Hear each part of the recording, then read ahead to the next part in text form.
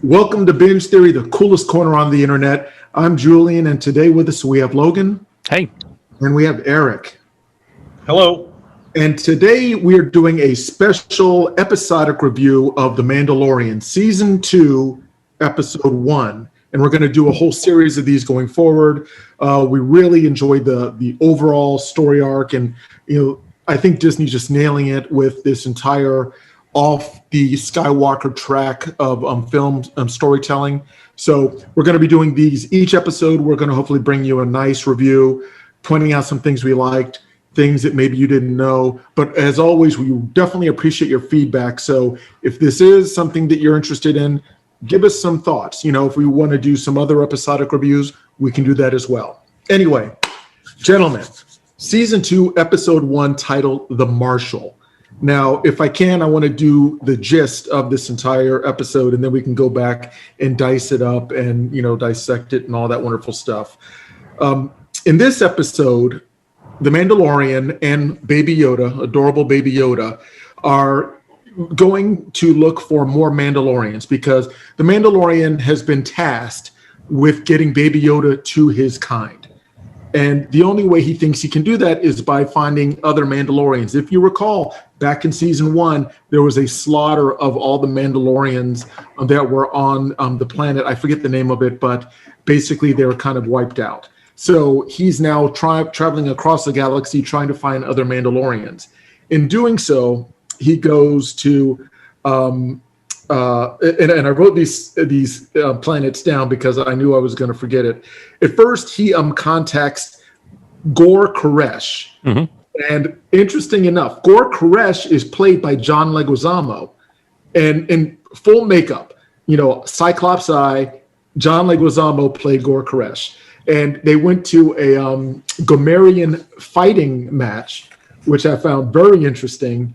And actually, we can talk about the makeup and the practical effects later. But he goes to meet Gor Koresh at the Mandalorian fighting match. And then because apparently Goran just knows everything about everybody. And, he sends the Mandalorian to Tatooine to find a legendary Mandalorian that is still out there. The Mando says, I've never seen one. I've been to Tatooine. He says, well, trust me, there's one out there. So he goes back to Tatooine and he meets Amy Sudeikis, who is, her character is Peli Moto, the mechanic with all the little droids, and the one that was taking care of Baby Yoda in Season 1. And she sends him, and this I definitely wanted to get right because Star Wars nerds will come after me with pitchforks and torches if I mess this up. On Tatooine, there are apparently 3 spaceports. There is Mos Espa, which is where Peli Moto is. Then there is Mos Eisley, which is the infamous one where the Millennium Falcon was located. And there is also Mos Pelgo. And that is where she says that this legendary Mandalorian is residing. So he goes on a trek to find this Mandalorian in Mos Pelgo. And he gets there, confronts the Mandalorian, finds out it's not a Mandalorian. And, then the adventure kind of proceeds. I don't want to go too far into depth. I think we can just talk through it and discuss the things we like. I'd like to go back to the meeting with Gor Koresh and the Gomerian Guard, because this is scene 1 in this episode where the Mando goes to this underground fighting match of Gomerians. And this was really interesting because everybody's familiar with the Gomerian Guards when you first saw them in episode 6, Return of the Jedi. Anyway, Logan, what did you think about the representation of Gomerians kind of in this, and just that whole scene where he meets Gor Koresh? I liked it. I think one of the best things about it was the way that they used the armor in the actual fight scene. So many times, people are fighting armor, or you punch a robot or something like that, and you just kind of punch it and you react. The fight choreography is it reacts like it's just a normal human. You're just hitting flesh or whatever. But in this case, when they were fighting, somebody would kick him in the head or hit him in the head, and then he would just bounce his helmet so he wouldn't feel it, but he would use that force to carry on a blow to somebody behind him. So using their surroundings, using the armor, kind of the fight scene, it really just kind of made me kind of sit up and take a little bit more notice, because it was a good use of kind of cause and effect when you're fighting somebody fully clad in armor like that. That's flexible and movable armor, not just like, medieval knight armor. And forgive me, want to make sure, because, and I'm so glad you brought that up. I was talking initially about the Gormarian fighting because they had but I love where you're going better, because the Gormarians had, like, I believe it was a force field that kind of protected them from direct blows, but they could still get beat up. It was interesting. They had an interesting effect. I think that was kind of to keep it on the PG side, so you wouldn't see a lot of blood and damage. But yes, to get to that point, and forgive me, I definitely want to talk about how we got to that point, because of course, there's always a double cross. And when the bounty hunter was talking to Gor Koresh said, "I'll tell you what, give me that armor and I'll give you the information, or we'll make some sort of bet on who's going to win." And Mandalorian says no. And but then the double cross, all of his minions surround him with guns. And of course, one of the coolest Western-esque lines, because again, this is the space Western, is, give me what I want and I'll let you leave here alive, which is a total badass thing to say. Everybody says it, but it always sounds badass when you got a Mandalorian helmet on. And although Mando definitely does need to turn down the sound effects on his little stingers there. If there is, keep being as loud as they are, everybody else might know that something's going on. Exactly. Now, even though they had the drop on him, he had the stingers, which were attached to his wrist, and they just shoot out in a melee and take out all the people in proximity. But I love how little baby Yoda, as soon as he saw the stingers light up, just climbed back into his little, hover bassinet, or whatever you want to call it, but to your point, Logan, and I want to kick this to Eric, because, of his, insight as well. But you hit the nail on the head with the choreographed fighting and how he utilized his armor as a weapon when they'd hit him in the armor, and he'd actually, kind of do. I remember a scene from X-Men 1, the movie with Hugh Jackman, when he was fighting in a pit, and he used his exoskeleton as somewhat of a weapon to take out somebody when they were trying to hit him, just like lean into the punch and let them take the damage because, it's armor. Yeah. So, yep, Mandalorian, and again, let's not forget, he was the Viper in Game of Thrones when it was the Viper versus the Mountain. Mad fighting skills, very acrobatic. And I know the stuntman is like John Wayne's grandson or whatever, but still, great scene, great fight choreography. Logan, proceed, sir. I think that was fantastic. Yeah, I believe for most of the fighting scenes, it is John Wayne's grandson who does all of the kind of the stunt side of it. I forget the breakdown. I know there's a third person who kind of evens out that way. But yeah, I think that was good. And then, it's just there's the dialogue is real. As much as they have the cliches, they also, it's smart dialogue, so that you really have to listen to every word that's being said, because it's like reading a contract. If you're not listening to all the words carefully, you're going to get your butt handed to you in the end. The whole "you will not die by my hand." Yeah, kind of not really technically, but if you read the spirit of that, then you should probably have paid more attention to what was going on.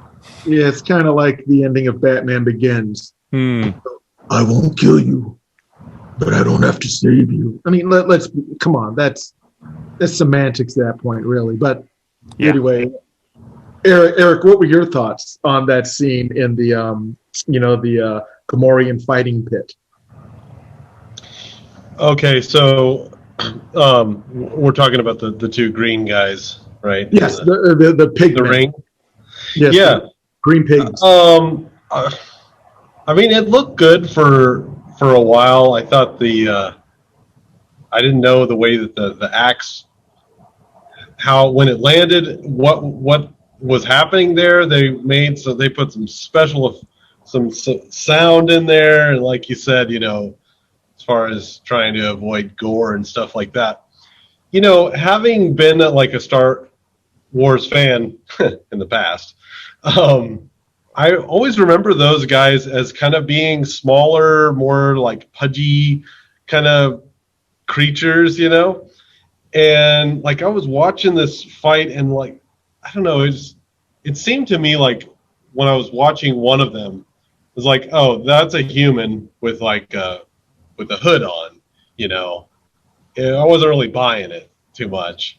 Well, and to your point, Eric, they back in the Jedi days, Return of the Jedi, it was very Jim Henson-esque. I mean, they had like puppet hand, like large, oversized hands, and a barrel torso and big fake legs. It was like right out of Sesame Street. Yeah. But in this one, you could tell like when they were moving around, that was just flesh color, green colored flesh, and it was a little more anatomically, I guess, accurate. So it was different, but I mean, for me as as an adult, I'm looking at it and I'm like, yeah, I'm not buying that because that's not what I saw in Return of the Jedi, But I mean, don't get me wrong, like I really like the Mandalorian series, and I would be the first one to come out and tell you, this is Star Wars junk because I'm not a fan of the latest movies. At least not the second one and the third one. That couldn't. No. But no, the Mandalorian just hits on so many beats that I love. The Western, the music is fantastic. Just kind of the simplicity of the landscapes, and I really feel like they aren't trying to bite off too much that they can't deliver on, So yeah. No, you're right in that respect. I mean, this story was, because it's episodic, it's like one battle at a time. It's not like this large sweeping, we got to go here to get this and to go here to get that. I'm not going to reference the last one, but it seemed like there were like 20 MacGuffins just to get to the scene where everything blows up. And this was a lot more just, listen, you got to go here, and then you go here. Mm-hmm. Yep. Essentially, it's a combination of episodes 2 and 4 from season 1. Mm-hmm. It was the episode where he had the montage where he fought the big creature. For season 1, it was the Mudhorn, and this one it was the Crate Dragon.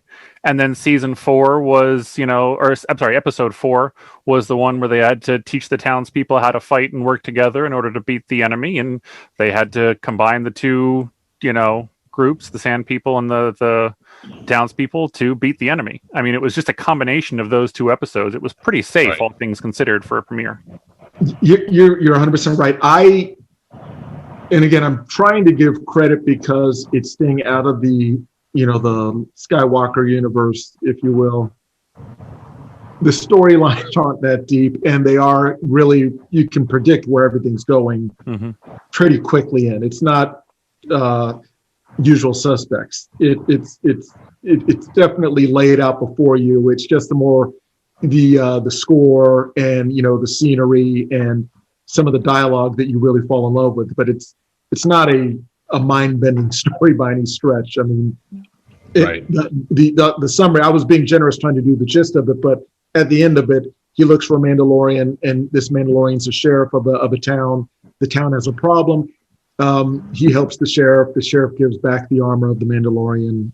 Bada bing, bada boom. That's pretty much the story. I definitely love the space western epic as opposed to everything's in space with just ridiculous amount of space fighting that defies physics.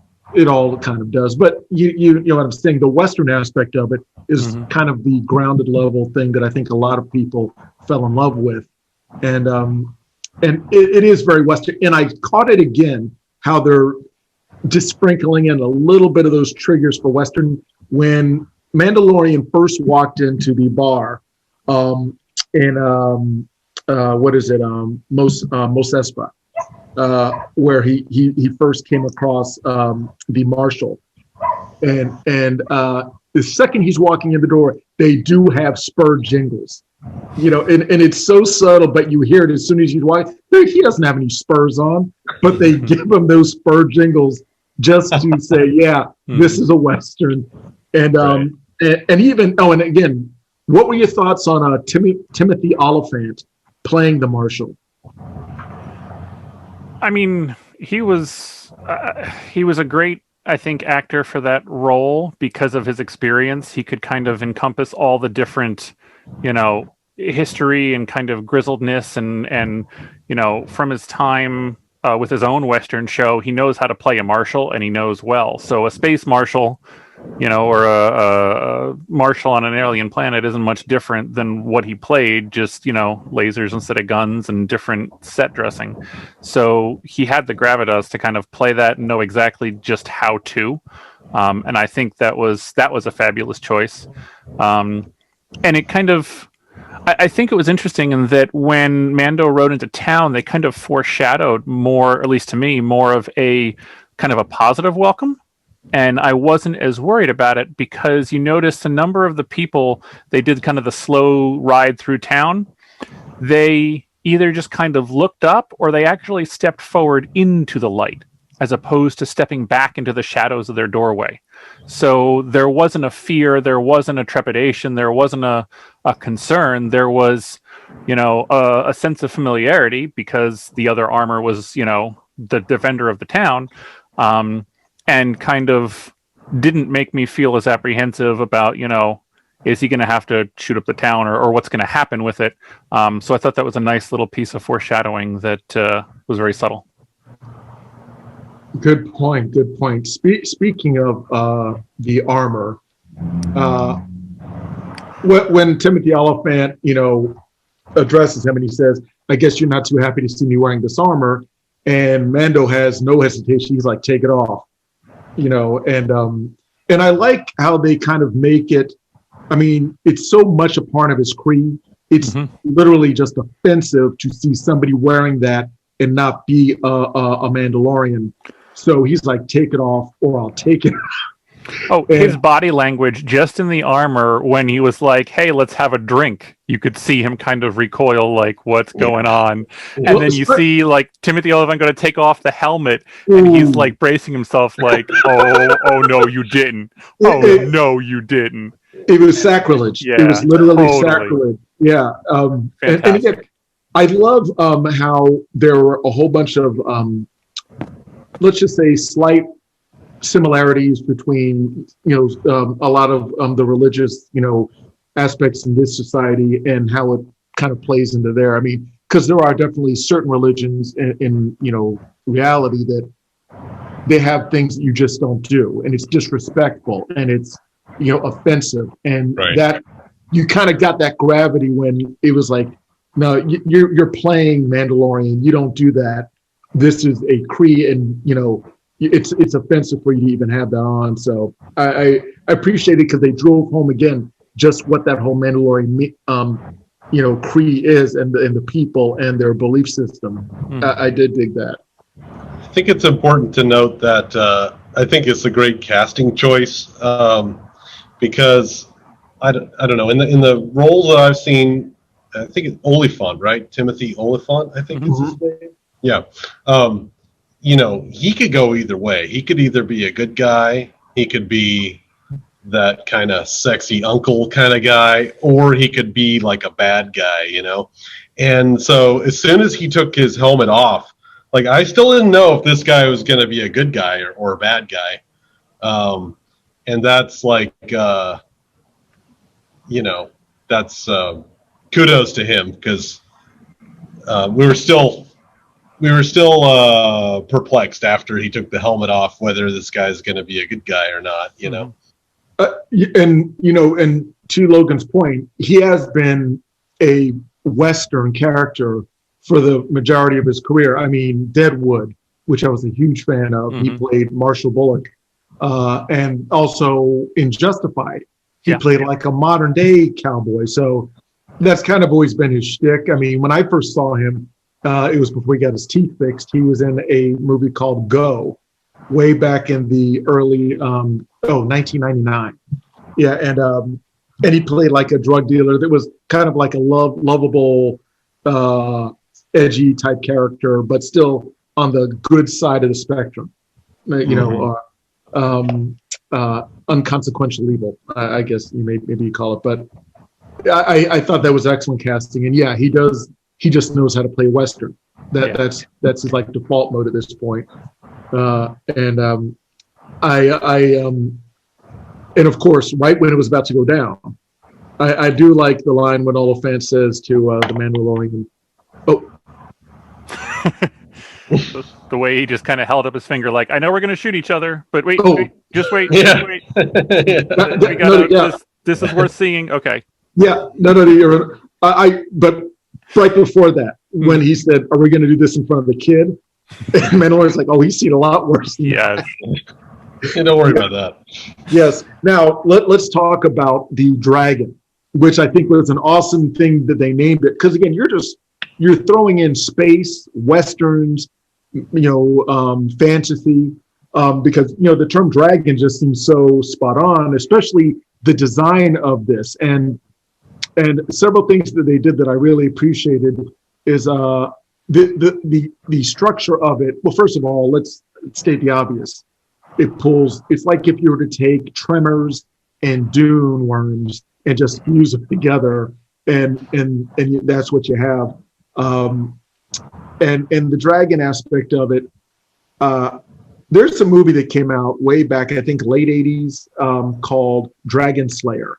And what they would do is, to appease the dragon, they would give it like sacrifices ever so often so it wouldn't rampage the village. And the Sand People, speaking of which, I want to talk about the Sand People. They would give an offering of and forgive me, I don't know the name of it, but it was the hairy orange elephant-like animals that they were riding. And I didn't realize that was not just a Sand People thing. That was just a beast. Is that a bantha? Yes, exactly. But they all used them. It was just, that was your pack mule, I guess, of that planet.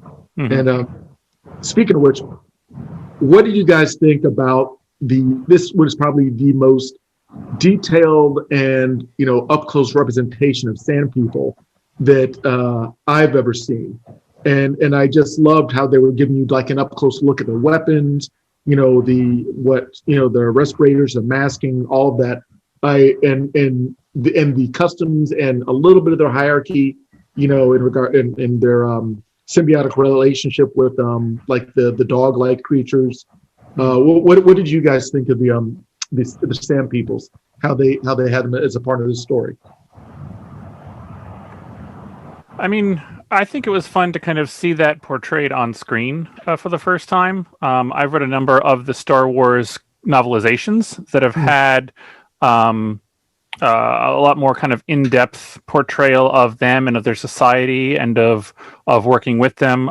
There was one, I'll have to find it. It was an audiobook actually that I had listened to a year or two ago. And I feel like it was one that took place, it was an Obi-Wan Kenobi based novel that took place right after he had delivered Luke to his uncle or whoever on Tatooine, and when he was trying to decide if he would stay there and watch over or what he would do or all that. It was kind of interesting to see the detail of just history and character and civilization of the Sand People in the novel.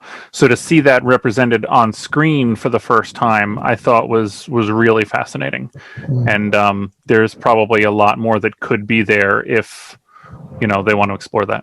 And again, this was a short episode, so the introduction to them was very short. And again, I've not read any of the novels of Star Wars, so this was kind of my first exposure to them outside of. I know there was another time they were talking about Sand People culture. I mean, besides the episodes 4 and 5. Oh, when Anakin went crazy and slaughtered an entire village for torturing his mama. Yeah, that was it. Where you saw them intense and that they had younglings and stuff like that. Yeah, the humanization, if you will, of the Sand People. And I do like in Oliphant's character, it was Cobb Vanth was the name, or Vanth was the name of the marshal, played by Timothy Oliphant. He did give a little bit of exposition, telling how he got the the armor in a flashback sense. It was interesting, how and they also they tied in the Jawas, and they showed that amazing large transport that the Jawas had. And of course, I'm just going to say that is the same transport that they had in episode 4. I'm just going to say, because that's my what do you call it? Nostalgia kicks in, and I want it to be that same transport. And he found the Mandalorian armor there, and he got it from them. So that was a cool setup for how he came up with the armor. He didn't kill anybody; he just found it as scrap. So, and I think too, obviously, the elephant in the room we're talking around is whose armor that was. You knew who? I knew. Come on, when you saw Look, I there was no question. In the light, especially when it saw the flecked green paint and yeah. But I'm so glad. Yeah, no, and just that kind of, as much as it stays away from kind of, the Skywalkers and all the rest of that, they still find ways to kind of call back to familiar things that fans want to see or want to know or allude to without shall we say, soloing it, without answering every single question in agonizing detail that, that's, yes, you want some answers, but you can give answers in a way that don't literally just spoil everything and make it now black and white instead of a little bit more open for kind of imagination and interpretation. And, seeing the armor kind of there, even inside the Jawa's transport there was, that was definitely kind of cool. And then I think too, seeing him wearing it, but seeing how much it didn't fit him, I think immediately was like, all right, we know whose this is, but we pretty much know that you're not him.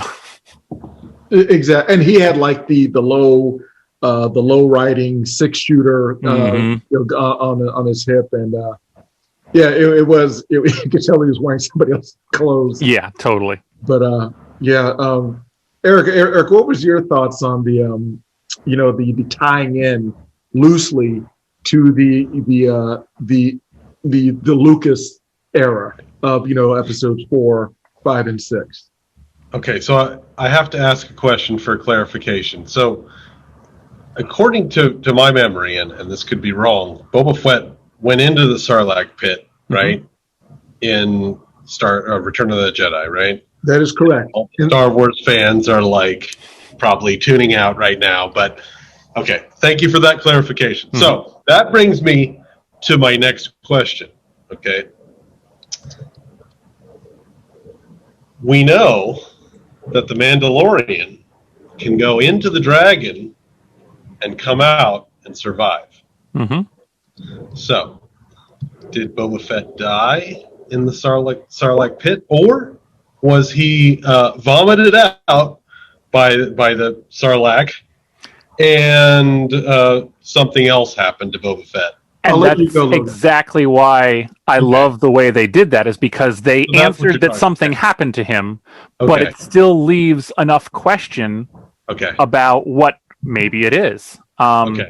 Going back in that kind of lore at that time too, keep in mind, this is, if you remember Attack of the Clones, Boba Fett was, Jango Fett's unaltered clone. But there were millions of other clones created. Right. So there's a lot of things out there and a lot of misdirections possible and a lot of to give that answer that yes, this is his armor. So we have his armor, but we still don't quite know what happened to him. Is your point exactly? Is that's how you answer a question? Okay, so you were alluding to that, Logan. Yep. Okay, gotcha. Because it wasn't until just until we started this discussion, I just assumed, whoever went in the Sarlacc pit, Boba Fett, he's dead. These are the remains of the armor. No question about it. Like, that person is dead. Because I never occurred to me that he could have survived until I until I watched the Mandalorian episode, and then I realized that somebody could go in the dragon and come out and still be alive. So they showed all that acid that the dragon puts out, and so that adds another layer that I didn't initially realize about that episode. That was good. And to point something out, they did say that the dragon was living in a Sarlacc pit, an abandoned Sarlacc pit, and Oliphant said, right. Or no, maybe it was, I forget who said it, but I've never seen an abandoned Sarlacc pit. And he says, well, that's because it ate the Sarlacc. So wouldn't it be something? I'm playing script doctor here. Write this down, timestamp it, in case they steal my idea. If the dragon, right after Boba Fett went in, killed the Sarlacc, soon after, and that was a way for Boba Fett to escape. Not saying that's the case, because Boba Fett did interesting too. Boba Fett did have a jetpack, and he did have a grappling, line and all that stuff. Right. But yeah, I mean, there's, it's I don't think that okay. Here's the thing. When the Mandalorian came out of the dragon, again, the dragon and the Sarlacc are two totally different things. So let's not assume that they're and again, I'm going to go way into the physiology of made up creatures, which is always fun.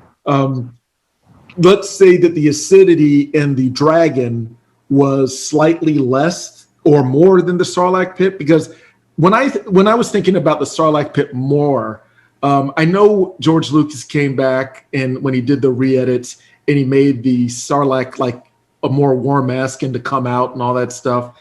He didn't need to do that. He could have just made it like a pit where you fall in and you just like a Venus flytrap. You just stay there and like C-3PO said, you're digested over, a million years or whatever. So it's kind of like just a quicksand, like death trap. It's not like you're being chewed up. And if you have, the mechanics to get out of there, that's completely feasible. But because they kind of left, and Logan, you probably know better, if they wrote an actual escape of Boba Fett, or if there was like has that ever been covered in canon that Boba Fett has actually escaped? Nothing I've read, but there have been hundreds of expanded universe and other books that may or may not be canon now, so I certainly can't speak to all of those, but if they did, it's nothing that I've ever read. Well, but that's not saying anything. Well, well, to that point, and I'm just going to go ahead and put it out there because this was revealed in this episode, is at the very end when Mandalorian's riding off into the sunset, it pans across, and there you see Tamora Morrison, which was Boba Fett, who plays Boba Fett. He's the grown-up son of Jango Fett, Boba Fett, scars on his face, but he's kind of like a nomad. He looks like a nomad. So, in fact, that could be an interesting story, and I'm sure they're going to hit on it either in this season or next, hopefully the third season. But what I bet happened is probably he got out somehow, or he was injured and he had to take off his helmet, and maybe he was because once you take it off and somebody sees you, you can't put it back on. So maybe he was in again, I'm playing script doctor here. Maybe he barely got out and he needed the resources of somebody to help him, and they took off his helmet, and then the armor's useless because you can't be a Mandalorian anymore. But sure, he is credited Oh, yeah. in the IMDb as being Boba Fett. So that is Boba Fett that has made an appearance in this episode, because Tamar Morrison in episode 1, season 2, is listed as Boba Fett. Is he really? He is. He is titled. He is listed as Boba Fett. So it's apparently, I don't know if you'd call it canon, but that's what, yeah. They're just saying, yeah, that's Boba Fett. So do you guys recognize the two weapons that he had? That was that was straight up the Sand People type stuff. Almost reminds me of Mad Max and the Thunderdome, where you just evolve with your weaponry and your look. Because he just looked like a nomad, just traveling across the wasteland. I mean, the rifle kind of looked familiar, but the other weapon I couldn't really place. Like, I didn't really understand what that was. That is definitely Sand People stuff. Okay. And yeah, it almost looks like a bow, but it's like a pointed end on one. It reminds me of what the same person that knocked out Luke Skywalker in episode 4 had.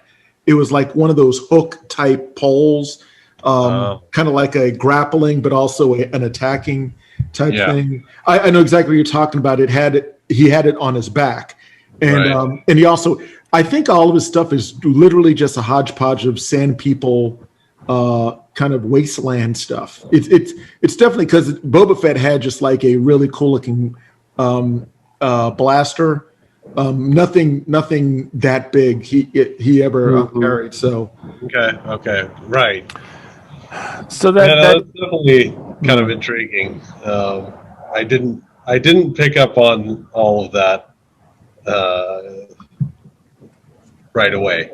Definitely. I went through the entire thing shot by shot, and actually putting together some stuff for maybe what we'll have as a separate episode. If we do, we'll announce that on the show. We're talking about maybe doing something that's a little more shot by shot representative. But for right now, we're just doing like a nice discussion on it. But yeah, no, it was because I did a screenshot of that scene, and it was Jawa type weaponry, like that long rifle and like a battle hook, I guess you'd call it, for lack of a better term. Yeah, I'm sorry, Logan, were you going to say something, or? Yeah, no. I mean, I think it would be interesting to pull, Boba Fett in and kind of give him more of a, an actual story. I was always kind of surprised with how much you always knew the character and saw the character, that when you actually went back and watched like episode 6, like there was really nothing going on with him. It was just, a kind of a fun image. It was really interesting. Episode 6 was the worst death ever to one of the coolest characters. That was so anticlimactic and just really. And I mean, it's definitely in IMDb, and I know to some extent that can be edited by, it doesn't necessarily have to have been put up there by Disney. I don't think you can submit things for there, and I know they've done some recent trademark filings on Boba Fett again, so it's possible. But the thing that I don't want to rule out quite yet, because he wasn't listed in from Disney anywhere that I've seen as Boba Fett yet, with Dave Filoni being involved, he also, I believe, did the voice for all of the Clone Wars clone characters, or a number of them anyway. And you got to figure, if this season is going to have Ahsoka in it, which was a Clone Wars character that they're bringing to the live action screen, and a number, she fought in the Clone Wars with a number of the clones that were clones of Jango, or those aged up clones of Jango Fett. Technically, that age matches a little bit better than if it were an unaltered, unaged Boba Fett. I was reading kind of around, and I think roughly he would have been in his early 40s, based on how everything kind of took place, whereas Morrison's almost 60, and 60 would have been closer to what a clone would have been if they had survived and aged normally after the war, through the war and everything. So personally, whether it's Commander Cody or Rex or some of the others from Clone Wars, that could be just as interesting a tie-in and a link with both Ahsoka and the history of Boba Fett without necessarily having to be him. That is true, and yeah, I'm just going like you said by IMDb. Totally, no, that's yeah. I don't know if they've thought that far down the path, and I think to just use the name Boba Fett and be able to reestablish the figures and start that money-making machine, I don't think they're going to go that deep. And especially, again, don't get me wrong, I love this series, but let's be frank, this is made for grandchildren and grandparents alike. So I have a feeling they're not making it that complex or like I said, clever a storyline. I think that's just an old Boba Fett, and maybe to the point that the Mandalorian said, it's a harsh planet, and you age up quick. So, and again, having Tamora Morrison as Boba Fett would just be that checks all my boxes. So, but again, you could be right. It could just be slight because. Again, 50, 60, he has a shaved head and he has scars. So that's interesting. That's interesting because I was always fascinated by Boba Fett up until whatever the prequels, when they kind of told more about Boba Fett's history and he's just one of these clones. I don't know. For me, it just the balloon just totally deflated at that point. And I'm like, oh, I don't care about this guy anymore. Who cares? But no, the Mandalorian lore has made it much more intriguing. So now, I definitely am concerned, or I'm curious about how that armor was obtained, like how did he get his hands on that stuff? How could a mere mortal somehow get the armor of a Mandalorian? Like, that's just fascinating. So they showed that he got it from the Jawas, but how did the Jawas get it? No, let's go way back. Okay. How did Boba Fett get his armor? Yes. Well, I was assuming that he just took Jango's armor. Well, okay, so based off nothing. Let me just back up because, like, for me as a not a 100% Star Wars geek, like, I didn't really think much about the armor until The Mandalorian season 1, right? And then they started talking about The Mandalorian and Boba Fett, that armor. That was Mandalorian armor. So now I'm like, oh, what's a Mandalorian, And so now that I know how revered and how powerful that class of people are, now I'm curious as to how a non-Mandalorian being acquired Mandalorian armor. Well, and no, you're 100% right.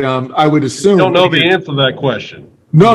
And that would be the story from the part where Django gets his head cut off by Samuel Jackson, all the way to when you first see Boba Fett revealed in Empire Strikes Back. So there must have been something that happened to him during that path where either he went back to the Mandalorians and they trained him, but then again, his father was a Mandalorian, so he probably had that in, legacy. He just shows up, legacy. My dad was a Mando, so you got to let me in. Yeah, like a fraternity. But that would be an awesome. I'm sure they're going to do like some sort of a. If Tamora Morrison is Boba Fett, when they're all going to be sitting around a bar or a fire, and he's going to do this flashback that'll blow your mind. I just hope they do it well, or they just hint at it. Either give a great story or just hinting at a much larger story, because that has to be something to be. Because his character looked like it was about 10 or 11 when his father was killed, and he had the helmet because you saw him picking up the helmet of his decapitated father, and then that's the last you see of him up until Empire Strikes Back. So that would be interesting. And again, they were a people. So that's what I'm saying is I don't see it. And again, without knowing the details, I don't see that being that much of a stretch of him becoming a Mandalorian, because he was kind of living the life. I mean, he's flying Slave One already, and he'd been going on missions with his father.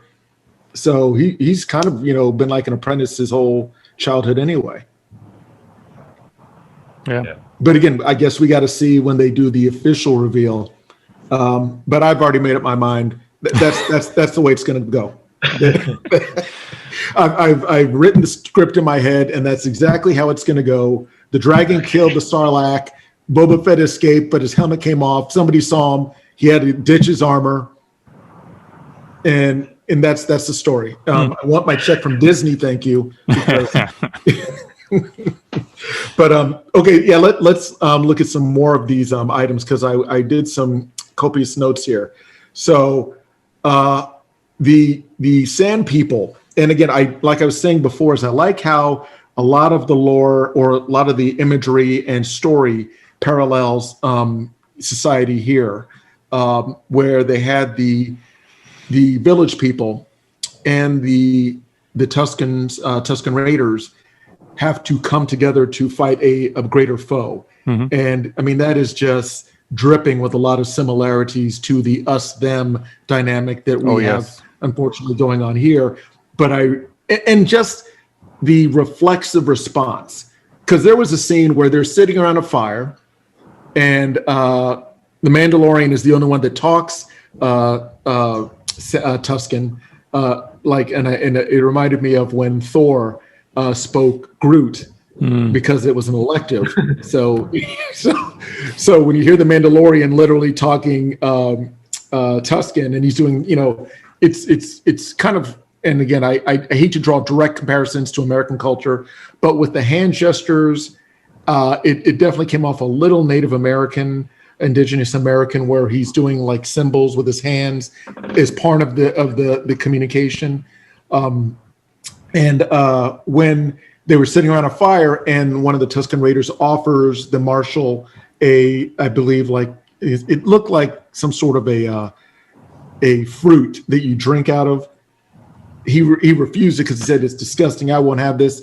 And he said these people are animals, and you're just looking at it like that's a little too on the nose. Because he's like, you can't reason with these people; they're animals. And he's like, this reminds me of a scene that was in Indiana Jones' Temple of Doom, where Steven Spielberg's soon-to-be wife was not going to eat the food of this Indian tribe, and Harrison Ford literally looks at her and says, "You're insulting them, and you're embarrassing me." And that's the kind of vibe I got from the Mandalorian. He's like, listen, you're insulting them. Just drink it.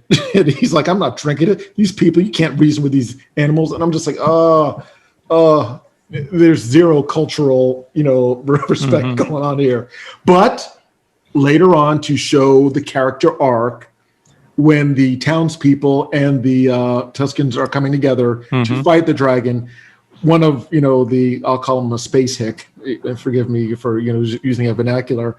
He basically, one of the Tusken Raiders almost dropped a bomb, and he starts going in. I'm like, what's the matter with you people? Blah, blah, blah, blah, blah. And the marshal got in between. He said it was an accident. Chill out. Because apparently he got woke in that, with that one day. He's now Marshal woke Marshal. And so it was a little, yes, there were, it was a learning experience where maybe we can look at this and realize that we're not all bad because of our differences. We can work together and achieve more. And then to round it off at the end, when they're all they're luring the dragon out for the last time, and one of the raiders does pass him one of those, he just takes it and drinks it without even hesitating. So it's Yes. kind of that full circle that they show in, matter of a day or so. Exactly. He's a totally different. It's amazing how fast change can happen. Yeah, I was expecting him to do like a sip and like, it's not bad. That would have given it a little more instead of just drinking it matter of factly. Like, yeah, I do shots of these every day. And speaking of, I want to talk about the dragon again. I was speaking about the design of it. I really liked how they gave it like the horns and it had eyes, so it did have like facial features. Whereas back in a lot of the other Star Wars, it was more just a mouth and a worm, kind of like the Dune worms or the Tremor worms. So it did have features that I really liked, and I did like when their plan was kind of falling apart. The dragon wasn't coming all the way out to lay over the bombs that they had laid. Timothy Oliphant was like, let's get at it. He just throws it up and, dueling jetpacks, going up and just trying to, shoot this thing. That was pretty cool. Was watching these two guys in Mandalorian armor with the jetpacks, going up and attack. And then I also appreciated that this was not a fire-breathing dragon, but a acidic spitting dragon.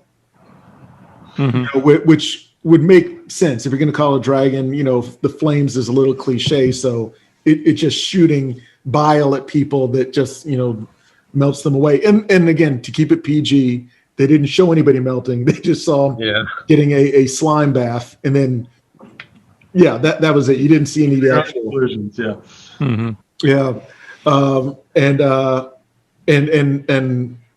So that story, you're 100% right, Logan, it's a combination of when they fought the AT-ATs. Yep. And is that AT-AT or a different one? No, that's the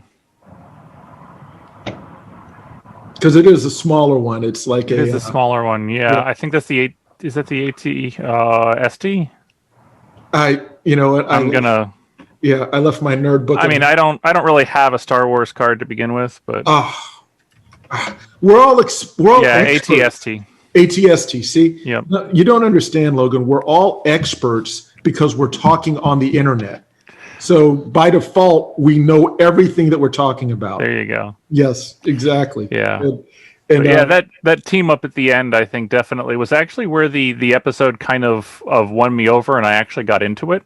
Mm-hmm. It was funny. I noticed with some of like the travel montages and some of the scenery and just all of that stuff, having watched the making of featurettes before, I was much less impressed by it. I was much less taken in by it because I know they're just, I know how they're made now. What was it, like CG rendering over? Oh, no. It's amazing. So it's the making of the first season of The Mandalorian, and they go into the technology they call it the volume, but basically it is four walls and a ceiling of super high definition TVs, panels essentially, and that those panels are rendered real time to what's going on. So it's a seamless flow all around, and you can be walking or moving and the scene moves around you, and the technology is utterly astonishing for what they've been able to do. But knowing that it's all just essentially a big computer game, I'm pretty sure literally, I think it was created even with like Unreal's technology. And that's all that's going on in the background. I actually found myself not getting as kind of sucked in by that, the landscapes and the montages and kind of the travel scenes as much as I did before I knew how it was made. But seeing the dragon and them working together and kind of fighting and then, going up to the mountain and then back down and stuff. I know a lot of us probably still done the same way, and obviously the dragon's not a practical effect in any way, but it was still that helped bring me a little bit back to suspend my disbelief more and kind of appreciate the episode. And it sounds like what you're talking about, that screen technology. I remember I mentioned probably in one of our earlier episodes that in the Tom Cruise film Oblivion, a lot of the background was not blue screen. It was a high def digital screen projection, and their lighting was generated from the screen, so it looked completely natural. If you it was close to natural as you can get. This is that to an nth degree in a self-contained environment. It's astonishing to watch the making of. If you haven't seen that, it's wonderful. I haven't seen that, but I will tell you this, and I was thinking of one of our first episodes on this channel where we did Lawrence of Arabia. And I definitely got that feeling when I saw the caravan going on it, and they definitely had some heavy cellos and strings playing and a little bit of sitar playing in the background. So I think they're taking the best of lots of things and kind of just varnishing it for this episode. But I appreciated that. Well, Eric, what did you think of like the effects? And because I know you have an eye for that, like just the overall, like you were talking about the Gamorreans, how that looked more, I guess, practical instead of, well, it wasn't puppeteering. I'd say it was more makeup as opposed to outfit. And just all the other things like the Sand People dogs, and what would you call them? Banthas? Is that what they're called, Logan? The bigger ones with the horns, Yeah, I don't know. I mean, I guess I'm just so numb to it now. I just expect such a high bar, with productions these days. So the dragon was fantastic, I thought. With some of the Bamfa, I felt like we were just looking at, they just created like a head of a Bamfa, and like the body was just going to be, and they just had an actual head where they could like move the mouth and stuff like that. I don't know. Well, to that point, and I just want to back you up on that. I did see a scene at the campfire where they showed a Tusken Raider brushing the teeth of a bantha. It was very quick, and you have to watch it. So it was almost like showing how they care for them, and they're symbiotic with the So that was a practical head. Yeah. So yeah, I mean, overall, I didn't have any issues with the special effects. There are reasons why I like to watch The Mandalorian, and one of them is the soundtrack. It's fantastic. I get pumped every time I hear that opening music, and then it just is great throughout. They do such an amazing job with the sound. And then, I get my Western fix, and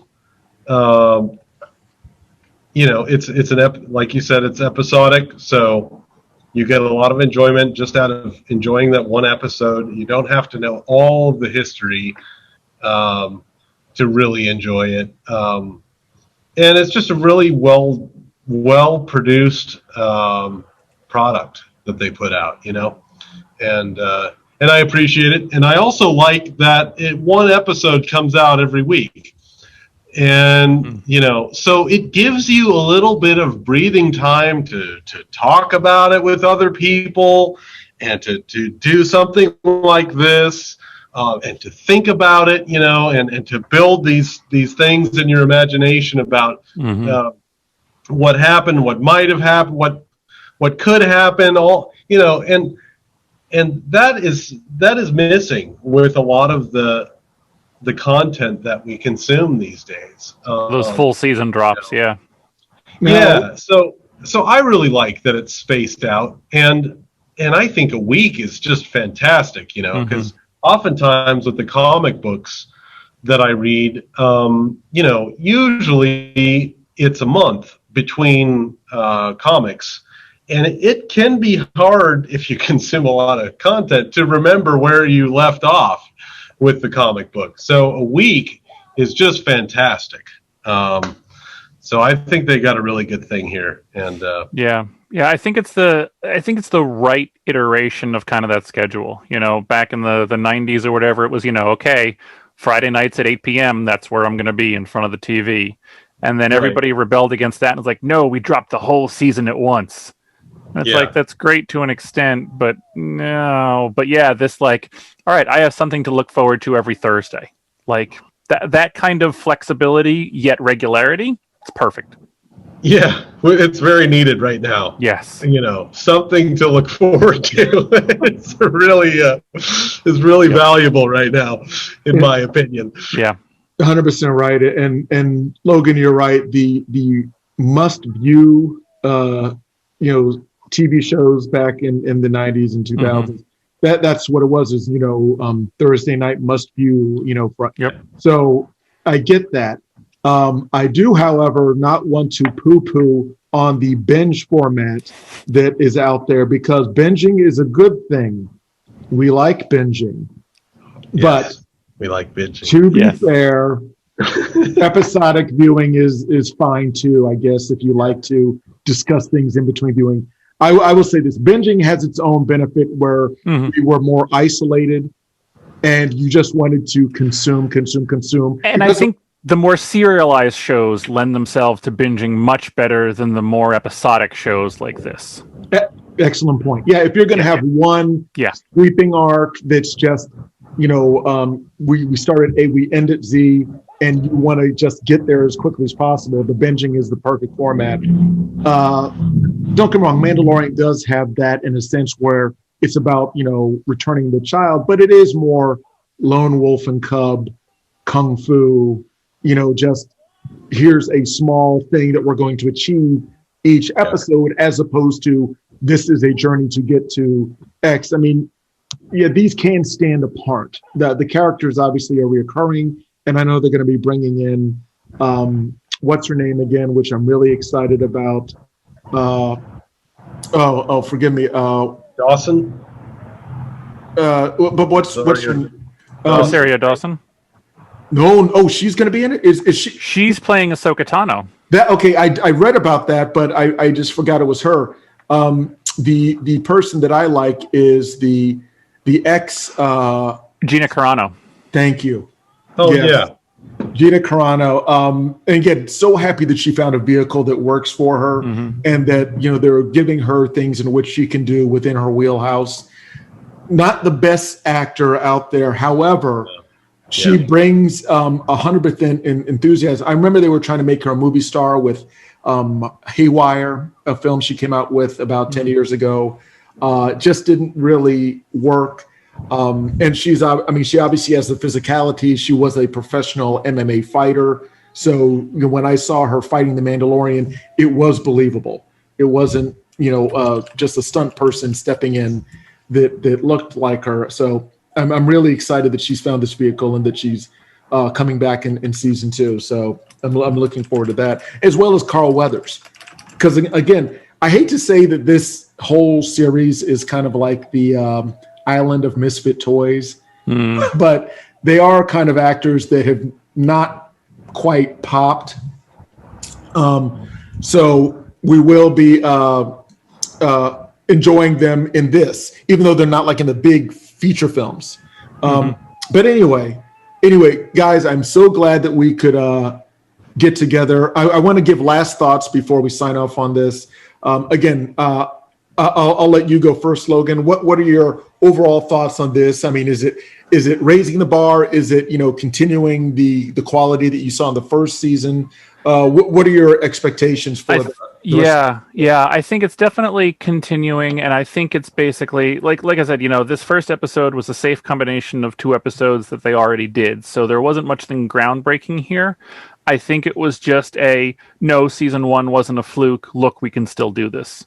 And I think that was fine and kind of showing depth. A lot of the new seasons of other shows that I've seen have been doing this whole, partnering with the other, and the other isn't as bad as we think they are, and that kind of stuff. And I think that's probably about right for the cycle of, the writers living in the world and dealing with things and then bringing it into.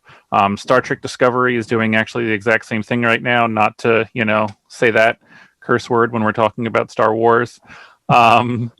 They're doing the same things. But no, this is great. This is, certainly keeping with the high quality they set. And when you see some of the, characters that they're going to be adding in and cameos and then stuff that they've talked about, with Rosario Dawson's character coming, with the potential of, I believe, Katie Sackhoff playing Bo-Katan coming up as well, and whatever role or roles Tamira Morrison is going to end up being in, plus the ensemble characters that we saw in the first season. I'm really, really excited for the kinds of stories they're going to tell.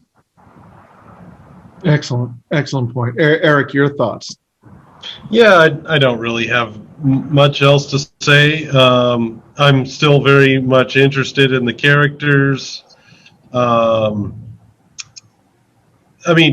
much as Baby Yoda is the hit, the child, I'm still very much interested in the Mandalorian and his quest and where he will end up at the end of this season.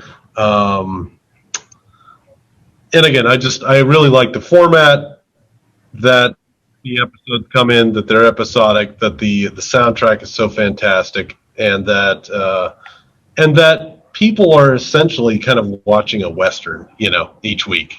And I'm okay with that. I like that. So that's about all I have to say. Yeah. No, well stated. And you just threw a thought in my head. Now I got to speak to it. I think one of the reasons why Star Wars, the movie series, went off the rails is because the characters that we were vested in, they completely removed. Yeah, they had them in there, but you didn't get to see the overall arc of their characters. It was, you fell in love with them, they're gone, and then they show up all these years later, and you just kind of hear about things. This, again, it's giving us that look into a character that we can appreciate, and we're seeing them go through adventure over a stretched out period, which gives you that emotional investment, and you can learn along the way, which is easier to do when episodic viewing as opposed to these large sweeping films. So I think, say for example, if we would have just seen Luke Skywalker, I know it would have been probably annoying, but slowly age throughout the series, as opposed to just bringing him back, it would have meant a lot more. Kind of like when you watch The Walking Dead, and you just have this, overwhelming sense of fidelity with certain characters. The same, I think, was this. I mean, obviously, we love Baby Yoda, and we love this Mandalorian, and the characters we meet along the way. The fact that we're bringing back, Boba Fett, and I'm saying it's official. That's canon now. So, because we're on the internet, I really think that that's going to be the only touch to the Empire, because they did actually show a scene where they showed the and I like how they said it when they were doing Timothy Oliphant was doing a flashback, and he said, "Yeah, well, we were in a bar watching the Death Star being destroyed for the second time." And, yeah, because again, it is what it is. But yeah, I think as long as they stay on this small step journey, they'll go a lot further than these large episodic things that are just overwhelming. And I'm definitely looking forward to it. I'm definitely looking forward to doing a episode 2. Season 2, episode 2 review with you guys as well. We'll see if we can maybe bring in some other people that we know behind the scenes that are also big Star Wars fans. But guys, I appreciate you being available for this one, and definitely looking forward to doing many more of these, and possibly for other series, other things that jump out at us. And for you viewing at home, if you have a series that you want us to engage in and maybe review, more than open to it. We definitely take requests. So, gentlemen, as I said before, thank you. Everybody out there, be well, take care of one another, and remember, if it's worthwhile, it's worth binging.